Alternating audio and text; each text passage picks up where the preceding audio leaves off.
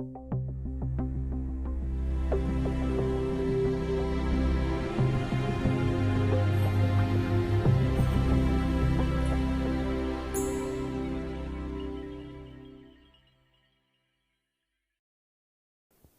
buenas noches. Aquí estamos en la clase de Cristología, el estudio acerca de la persona de Jesucristo. En esta noche tenemos un gran regalo para todos ustedes. Es una Biblia.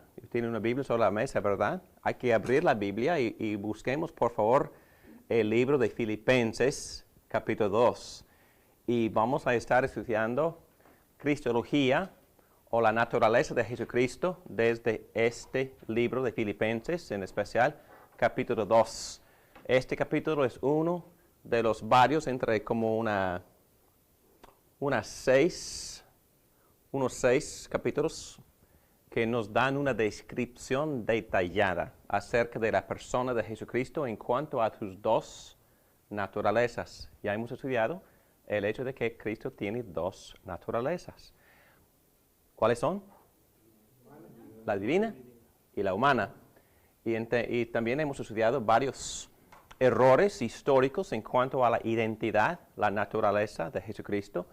Y algunas de estas herejías empiezan de abajo, o es decir, empiezan con un hombre que es como cualquier otro hombre. Y lo que pasa después es lo que pasa después. Algunos dicen que el Espíritu Santo cayó sobre él y él empezó a cambiar en cuanto a su naturaleza.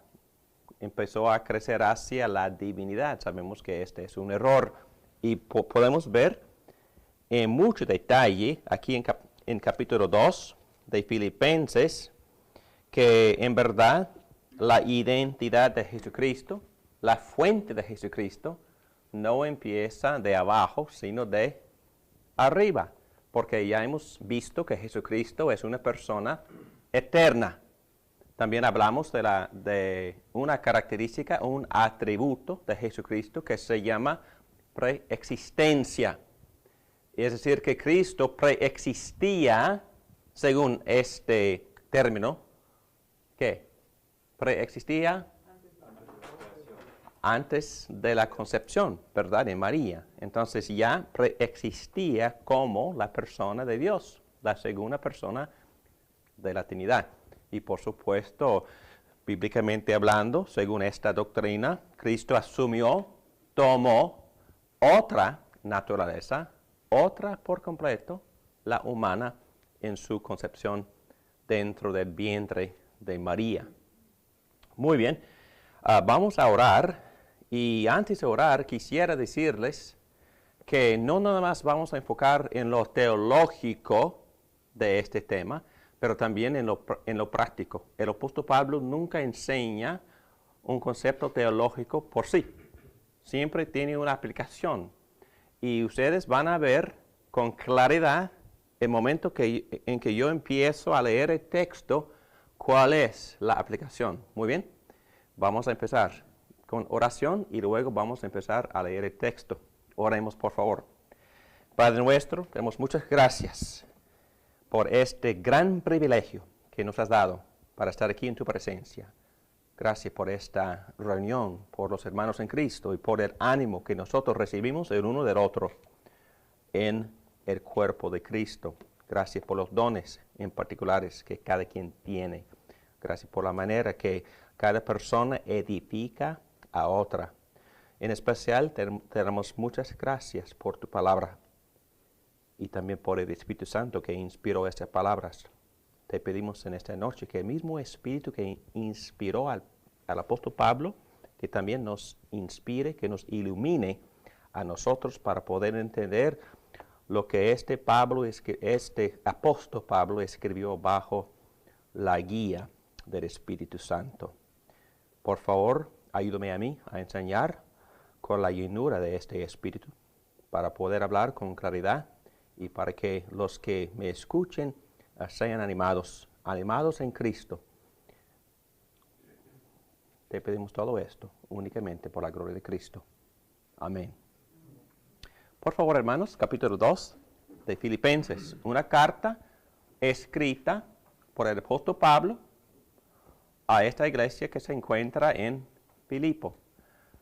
Fue una iglesia bastante sólida, pero no perfecta, porque todas las iglesias tienen sus imperfecciones. No era una iglesia sumamente problemática, pero sí tenían sus problemas, sus áreas de necesidad espiritual. Y ustedes van a ver de inmediato cuáles son.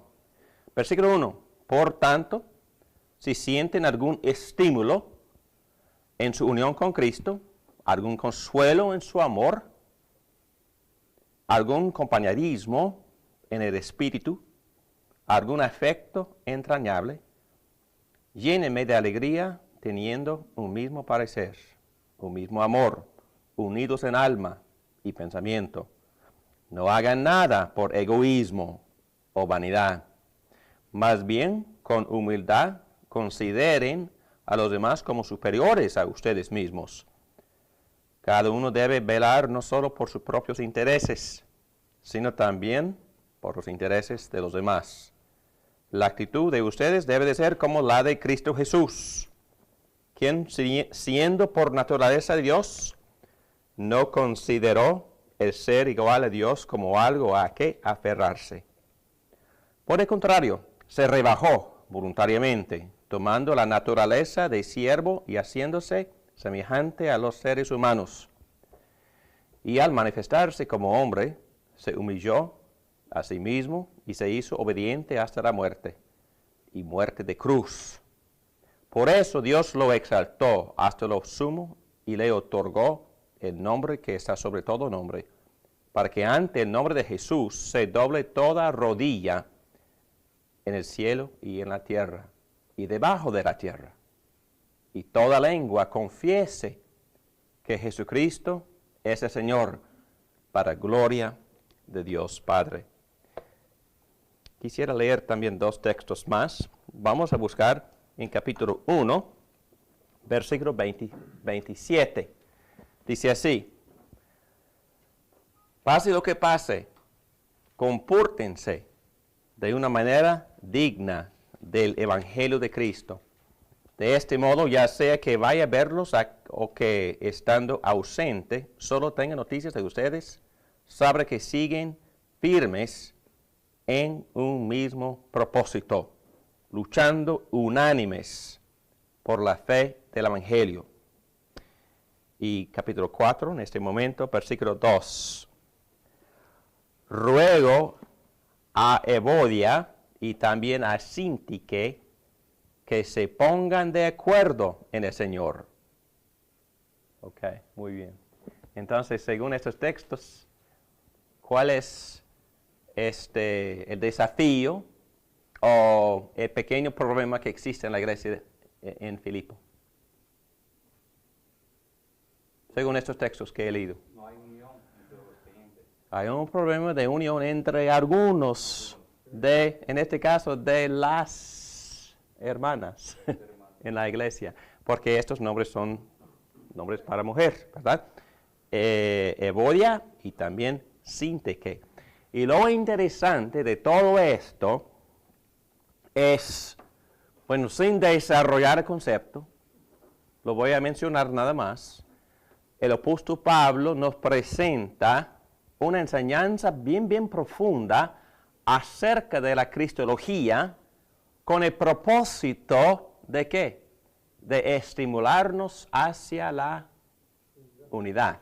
Interesante, ¿no? Entonces, el versículo clave que nos hace entender esto es: la actitud de ustedes debe ser como la de Cristo. Entonces, si vamos a tener unidad en el cuerpo de Cristo, tenemos que imitar y poner en práctica la actitud de ¿quién? De Cristo mismo.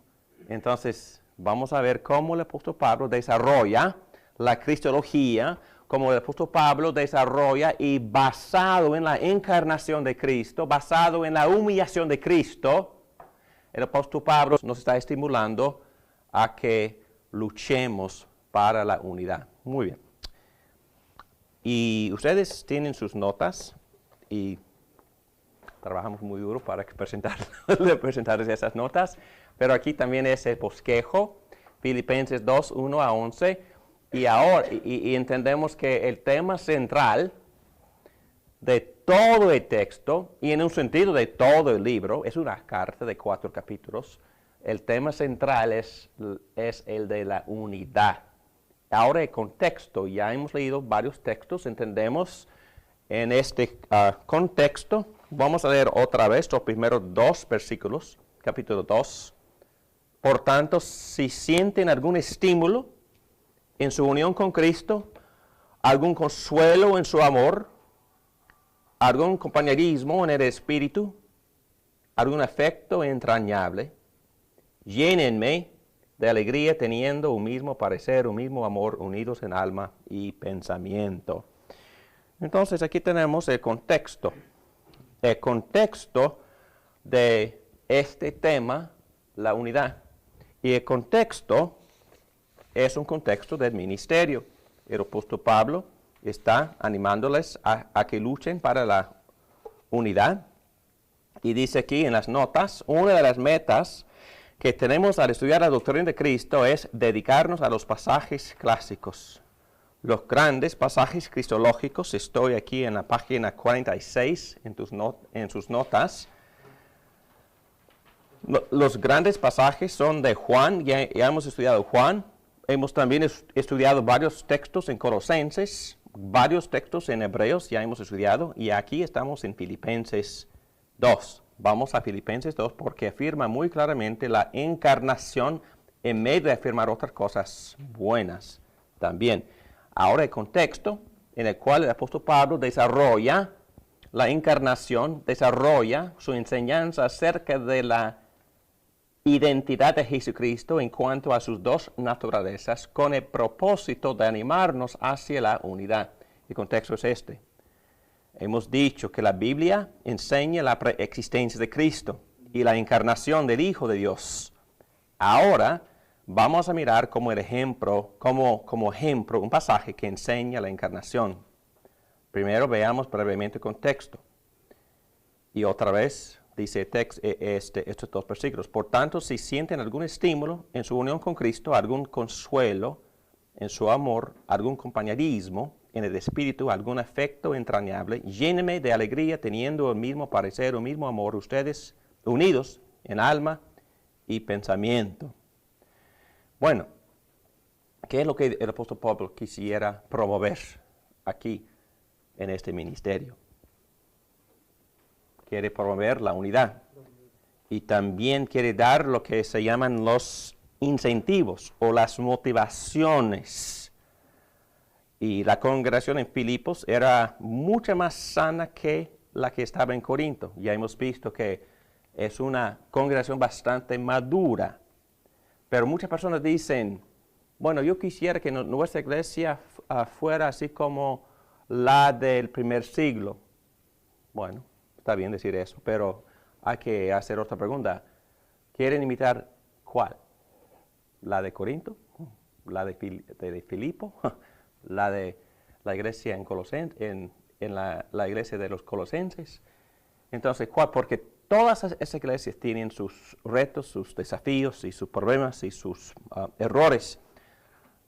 Pero en esta iglesia hemos visto que 2 señoras estaban en un conflicto. Faltaban la armonía entre estas hermanas.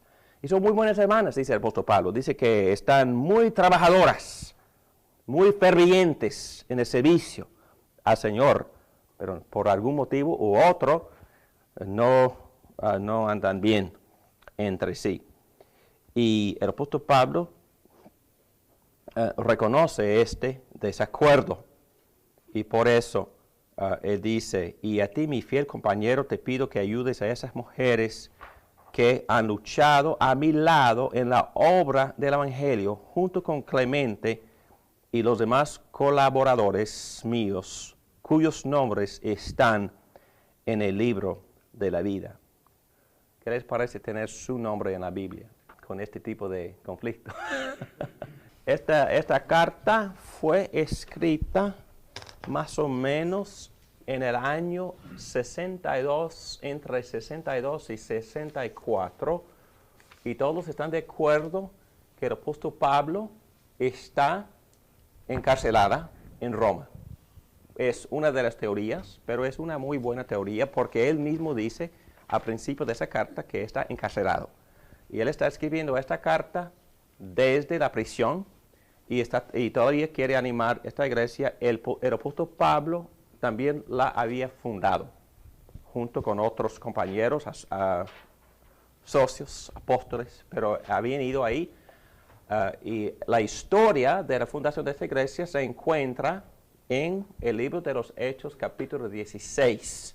Y también habla de 3 familias que el apóstol Pablo había ganado por sus predicaciones hechas en público. Y estas 3 familias se habían reunido y habían atraído a otras familias y establecieron una iglesia bastante sólida y bastante generosa, porque esta iglesia también es una de las muy pocas que apoyaban al apóstol Pablo de manera financiera. Y aún en este mismo libro, en esta misma carta, hay un mensajero que había ido desde Filipo a Roma para también atender las necesidades del apóstol Pablo. O sea, entiendo que después de Cristo, de su resurrección, vienen varias iglesias, como la de los Corintios, los Filipenses, básicamente todas siguiendo a Jesucristo, pero de diferentes maneras. ¿Es lo que puedo interpretar? Sí, es que después, no había ningún movimiento antes de la resurrección, por supuesto, y ni antes del día de Pentecostés, en el cual había venido el Espíritu Santo. Y cuando el Espíritu Santo vino, los apóstoles empezaron a predicar. En su primer sermón, el sermón del apóstol Pedro, se convirtieron 3,000 personas. Y un poco más adelante también predicó otra vez y se convirtieron 2,000 más. Entonces la iglesia empezó a crecer rápidamente y poco a poco se expandía más allá de Jerusalén. Y otros habían ido también por las persecuciones, se habían huido de Jerusalén y cuando corrían predicando las buenas nuevas de Cristo. Y las iglesias empezaron a brotar en todos lados. Y inclusive en Roma, cuando el apóstol Pablo fue allá, ya había establecido una iglesia allá. Y no fue por ningún apóstol que nosotros conozcamos, sino por los cristianos generales, ordinarios, que habían ido allá y establecieron una iglesia. Entonces, las iglesias se fundaron de ambas maneras. Primero por los apóstoles, por los equipos de misioneros que viajaban a todas partes del Imperio Romano estableciendo iglesias. Pero también las iglesias empezaron a establecerse espontáneamente. ¿Ok? Pero aquí estamos. Y la idea central de todo esto es que sí, estamos hablando de teología, pero la teología que también estimula una aplicación bastante práctica. Muy bien, busquemos también en página 47, en sus notas, unidad, sobre todo, todavía estamos hablando de unidad, pero ahora de la motivación, o esta palabra que veo aquí, incentivos. ¿Cuáles son los incentivos? Entonces, ¿por qué nos importa la unidad, en otras palabras? ¿Qué es lo que me motiva para vivir en paz, en armonía con mis hermanos?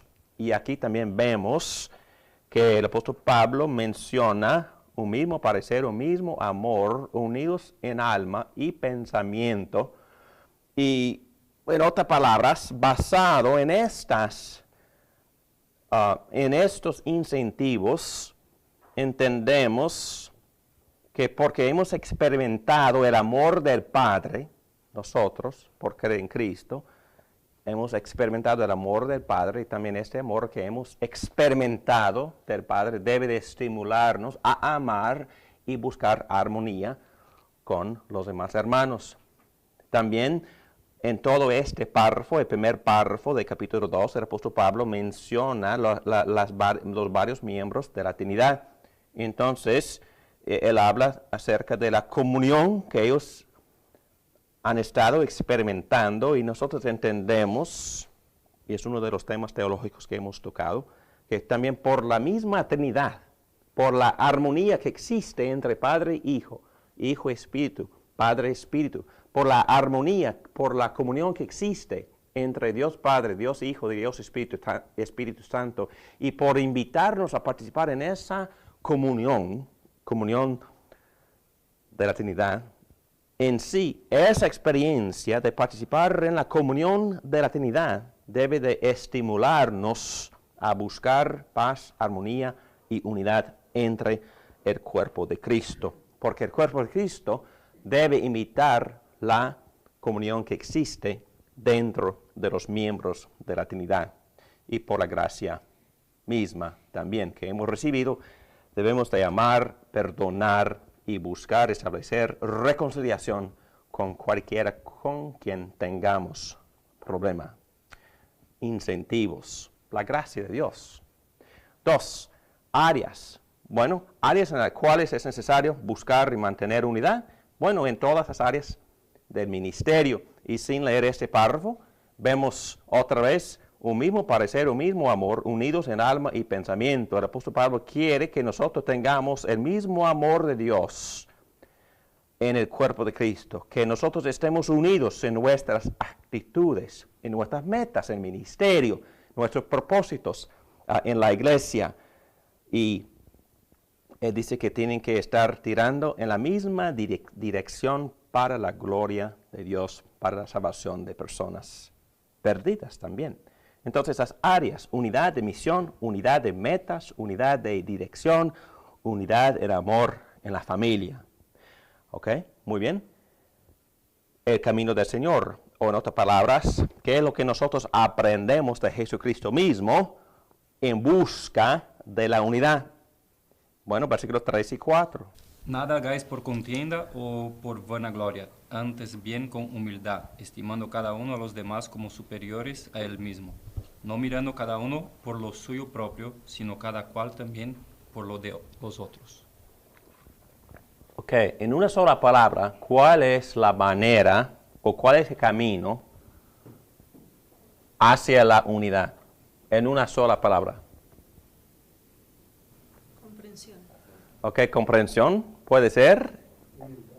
Creo que es la humildad, ¿no? Si habrá comunión o unidad en el cuerpo de Cristo, creo que la clave será la humildad. La humildad. Y dice aquí, es muy explícita esta enseñanza. No haga nada por egoísmo o vanidad, más bien con humildad consideren a los demás como superiores. Wow, a ustedes mismos. Es más, cada uno debe velar no solo por sus propios intereses, sino también por los intereses de los demás. Creo que en este texto algunos eruditos han observado que el apóstol Pablo está revisando otra vez la definición de un líder. Cristo siempre había enseñado sobre este tema. Según Cristo, ¿qué es un líder? Alguien que sirve. ¿Quién es el más grande? El que sirve a lo máximo, ¿verdad? La persona más importante, más grande, el líder, que en verdad es líder, es el que sirve. Y algunos han dicho que esto es casi un comentario sobre los evangelios y sobre la manera de Jesucristo y cómo él expresaba su liderazgo. Entonces, describe hasta cierto punto la humildad de dos maneras diferentes. Todos tenemos que ser más humildes, y si somos más humildes, lograremos unidad en estas áreas. Y vamos a ver cómo, ¿verdad? Y ahora vamos a considerar la siguiente frase. Consideren a los demás como superiores a ustedes mismos. Entonces estamos haciendo una serie de preguntas. ¿Cuál es la clave para poder experimentar la unidad? La clave es la humildad. Y ahora vamos a estar definiendo lo que es la humildad. Y según el versículo 3, con humildad consideren a los demás como superiores a ustedes mismos. Es precisamente lo que ustedes estaban pensando cuando llegaron esta noche, ¿verdad? Estábamos mirándose los unos a los otros pensando, toda esta gente es superior a mí, ¿verdad? Ustedes llegaron pensando así, ¿no? Esta noche, sí. Yo sé que así estaban pensando. A veces nosotros también, digamos, confundimos lo que es humildad con lo que es pobreza. Porque nosotros decimos, esa persona es humilde porque de repente hay de escasos recursos. Pero yo creo que ese no es el punto, porque la humildad es otro factor que debe estar representado en nosotros, no el síntoma de pobreza. No sé si usted lo ha escuchado esto en otras personas diciéndolo así. Bueno, claro que sí, he escuchado eso. Y por eso el comité financiero le dice a la iglesia, ustedes por favor mantengan humilde, pastor, y nosotros vamos a mantenerlo pobre. ¿Okay? No, es que eso es muy común. Sí. Y bueno, pero bíblicamente hablando, ¿quién fue la persona más humilde de toda la historia del mundo? Bueno, aparte de Jesucristo, perdón. Pero la humildad es un don, ¿verdad? Estamos... Podemos tener la actitud de ser humilde, que yo creo que es educarnos en eso, pero en sí es un don. Ok. Es un don en el sentido de que es parte de la gracia que todos recibimos. Entonces, uno pudiera distinguir así.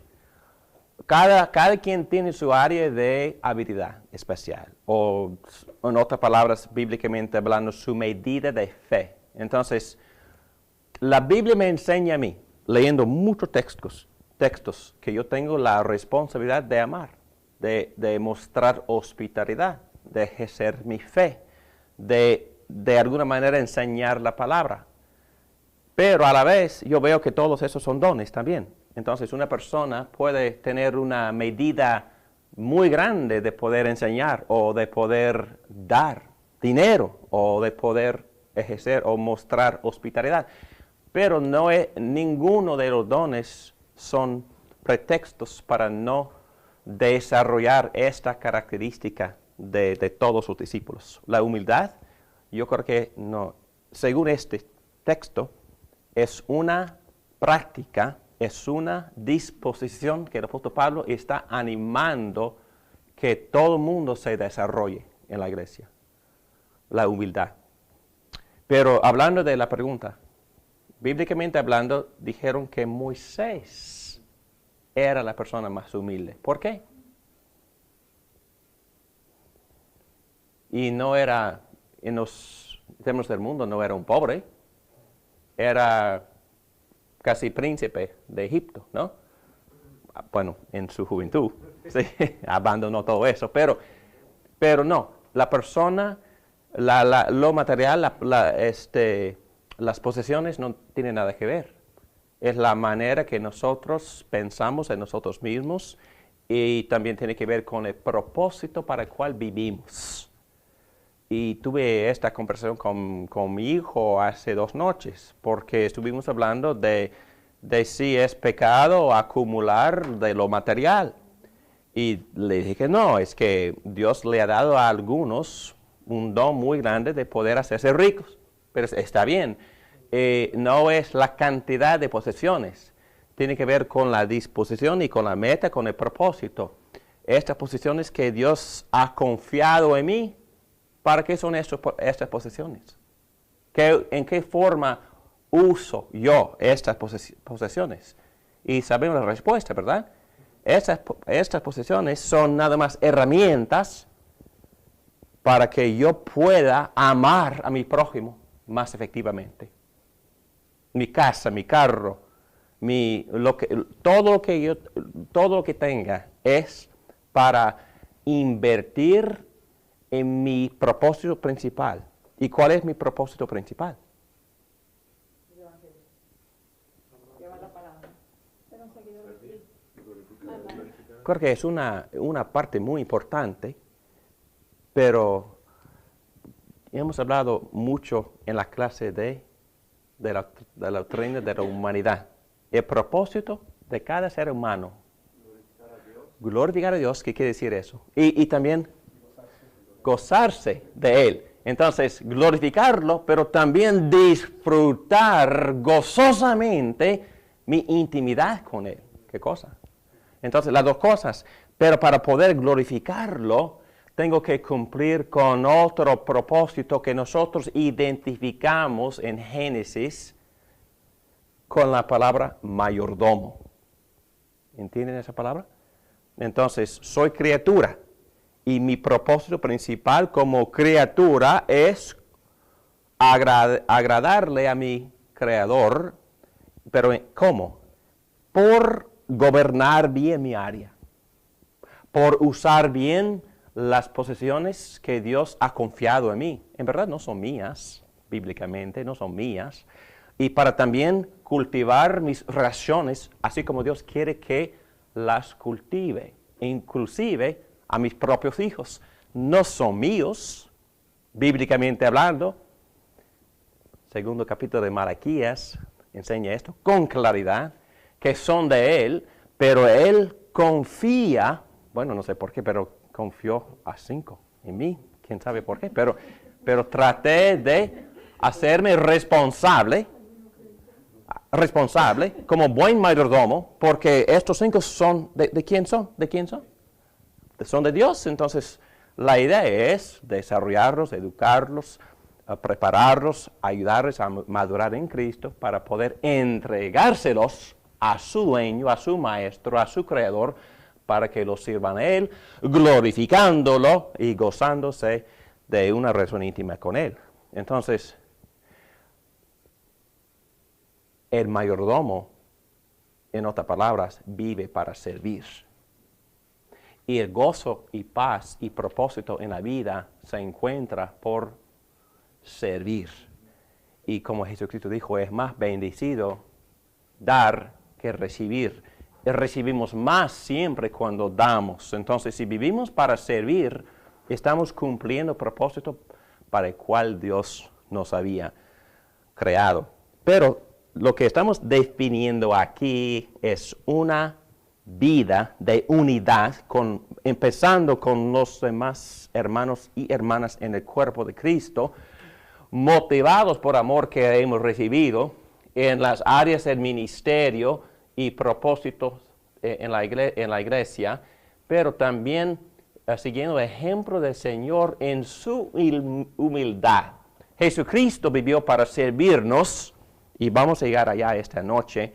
Vamos a ver la suprema humildad de Jesucristo, pero ahora en capítulo 2, en el primer párrafo del apóstol Pablo, nos está definiendo lo que es la unidad y la clave, la humildad, y ahora cómo nosotros practicamos o debemos de practicar la humildad. Y primero él dice, por considerar a los demás como superiores a ustedes mismos.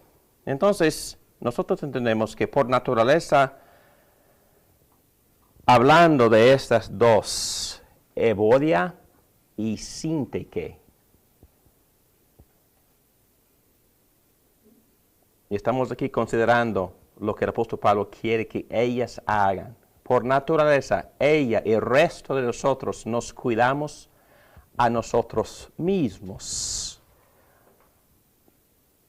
Haga lo que no es natural, haga lo sobrenatural, como dice el apóstol Pablo. Consideren a los demás como superiores. Y vamos a ver en un momentito cómo Cristo nos consideró a nosotros superiores a Él.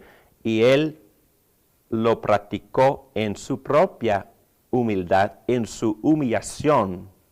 Pero otra forma más práctica, y me gusta este texto, dice que para poder cultivar la humildad, cada uno debe velar no solo por sus propios intereses, sino también por los intereses de los demás. Es muy importante lo que el apóstol Pablo está diciendo aquí, porque no dice que debo de velar por los intereses de otros y no por los míos. No dice eso. el apóstol nos dice que David Morán no debe de velar por sus propios intereses. ¿Qué dice? Que cada uno debe velar no solo por sus propios intereses. Jesucristo asume de que nosotros vamos a preocuparnos por nosotros, por nuestros propios intereses. Claro que sí. Dice que ama al prójimo así como ama a sí mismo. Entonces Cristo nos dice que no debo de amarme. Tampoco no me mande, David, ámate. Jamás. Él asume que me amo. Entonces, la idea es empezar a amar a Javier así como me amo. Y me amo mucho. Y usted también se ama mucho. Entonces, el reto es que ella ame a Marcelo así como se ama a sí mismo. Entonces, que Eric busque los intereses de Hugo así como los busca los suyos. Entonces, eso requiere mucho pensar. Y también requiere mucha fuerza. Y requiere una disposición de mucha intencionalidad. ¿Okay? Entonces, creo que ese es un gran ejemplo de lo que el apóstol Pablo quiere que nosotros estemos desarrollando dentro de la familia de Dios. Que cada quien esté pensando en lo que agrade al otro, en lo que interese al otro. Y así practicamos la humildad. La humildad no es hablar mal de mí mismo. La humildad no es buscar la pobreza. La humildad es en sí servir y pensar en lo que le interese a Hugo. Y tratar de complacer a mi hermano en el área de su interés. Y creo que eso es sumamente una definición de amor sumamente alto, ¿no? Pero el apóstol Pablo nos está diciendo en este pasaje que esta es la clave de la unidad dentro de la familia de Dios.